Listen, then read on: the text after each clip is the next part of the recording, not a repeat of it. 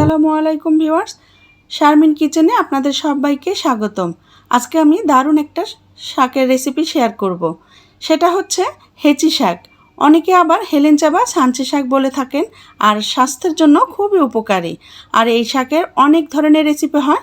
আজকে আমি যে রেসিপিটা শেয়ার করব এটা একদমই অন্যরকম এবং খুবই জনপ্রিয় একটি রেসিপি। আপনারা প্রথম থেকে শেষ পর্যন্ত পুরো ভিডিওটি দেখবেন, আশা করছি ভালো লাগবে।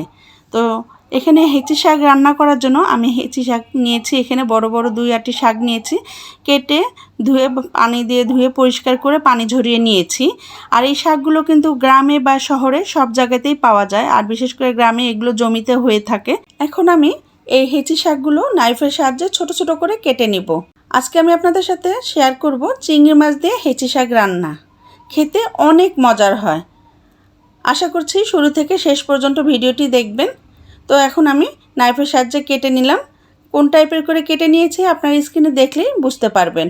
কে কোথা থেকে দেখছেন চাইলে কমেন্ট করে জানাতে পারেন। এখন আমি সরাসরি চুলায় চলে এলাম। শাকগুলো যখন কাটা হয়ে গিয়েছে, তো চুলায় প্যান বসিয়ে এখানে চিংড়ি মাছ নিয়েছি 200 গ্রাম, কেটে ধুয়ে আগে থেকেই পরিষ্কার করে রেখেছি। তো সাথে আরও অ্যাড করলাম হাফ চা চামচ রসুন বাটা, 1/4 চা চামচ জিরা বাটা, আপনারা চাইলে জিরা গুঁড়োও দিতে পারেন, হাফ চা চামচ হলুদ গুঁড়ো, 1 চা চামচ শুকনো মরিচের গুঁড়ো দিয়েছি। ঝালটা আপনারা বাড়িয়ে কমিয়ে দিতে পারবেন। স্বাদ মতো লবণ দিয়েছি। 5-6টি কাঁচামরিচ মাঝখান দিয়ে কেটে, আর আরও দিয়েছি এখানে বড় সাইজের একটি পেঁয়াজ কুচি করে কেটে দিয়েছি। এভাবে মরিচটা কেটে দিলে ঝালটা বেরিয়ে আসবে আর খেতেও ভালো লাগবে। এবার আমি হাফ কাপ পানি দিয়েছি, দিয়ে ভালোভাবে মিশিয়ে নিচ্ছি। আর চুলার ফ্লেমটি ধরিয়ে দিয়েছি। দিয়ে এখন আমি ঢাকনা দিয়ে ঢেকে বলক আসা পর্যন্ত অপেক্ষা করছি। তো এখন বলক এসে গেছে, স্ক্রিনে দেখে নিশ্চয়ই বুঝতে পেরেছেন। তো এখন আমি ভালো করে নেড়ে দিয়ে আগে থেকে সেই কেটে রাখা হেঁচি শাক দিয়ে দিচ্ছি। এই তো দেখুন, শাকগুলো কিন্তু একবারই ছোট ছোট করে কেটেছি। আর পানিটা দিয়েছি এই কারণ এটাই হবে মাখো মাখো রান্না। এটা কিন্তু ভাজি না। কেউ ভাজি খান, কেউ রান্না খান, কেউ আলু দিয়ে খান, কিন্তু আমি যে আজকে চিংড়ি মাছ দিয়ে রান্না করছি, এভাবে একবার হলেও ট্রাই করে দেখবেন, খেতে অনেক মজার হয়। তো আমি ভালোভাবে মিশিয়ে নিলাম। মিশিয়ে নিয়ে আবারও ঢাকনা দিয়ে ঢেকে 5 মিনিট রান্না করে নিব। আরেকটা কথা বলি, এই শাকটা যখন রান্না করবেন হাই হিটে রান্না করবেন, এতে করে কালারও ভালো থাকে, পুষ্টিগুণও ঠিক থাকে। তো 5 মিনিট পরে ফিরে এলাম। দেখুন শাক থেকে যে পানি ছেড়েছে আর আগের যে পানিটা সব মিলিয়ে কিন্তু এখন একাকার। তো ভালোভাবে নেড়ে আমি এই শাকটা মাখো মাখো করে সিদ্ধ করে নেব। অনেকেই অনেকভাবে রান্না করেন, কিন্তু আমি চেষ্টা করেছি খুবই সহজভাবে রেসিপিটি শেয়ার করার জন্য। এতে করে পুষ্টিগুণ যেমন ঠিক থাকবে, তেমনি খেতেও অনেক বেশি সুস্বাদু হবে। এখন ভালোভাবে নেড়ে দেওয়া হয়ে গিয়েছে। ঢাকনাতে ঢেকে আরও 5 মিনিট রান্না করে নেব। আর শাকের পানিগুলো এমনভাবে শুকিয়ে নিব যেন ঝরঝরে না হয়, জাস্ট একটু ভেজা ভেজা ভাব থাকবে।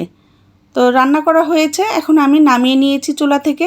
শাকগুলো নামিয়ে নিয়ে আমি আরও একটি কড়াই বসিয়ে দিয়েছি চুলায়। দিয়ে এখানে আমি প্রায় 3 টেবিল চামচ পরিমাণ রান্নার রেগুলার তেল দিয়েছি, দিয়ে গরম করে নিয়েছি। এখন অ্যাড করছি আগে থেকে কেটে রাখা বড় সাইজের 2টি পেঁয়াজ। আরও অ্যাড করছি বড় সাইজের 3 কোয়া রসুন। কিভাবে কেটে নিয়েছি স্ক্রিনে দেখে নিশ্চয়ই বুঝতে পেরেছেন। তো এখন ভালো করে পেঁয়াজগুলো ভেজে নিব গোল্ডেন ব্রাউন কালার করে। আর এভাবে ভেজে নিয়ে তেলে দিলে কিন্তু শাকটা খেতে অনেক বেশি মজার হয়। আর এই শাকের গোপন টিপসই হচ্ছে এটা, যে রান্নার পরে এইভাবে তেলে দিতে হয়, তাহলে কিন্তু এই শাকের স্বাদ আরও অনেক বেশি বেড়ে যায়।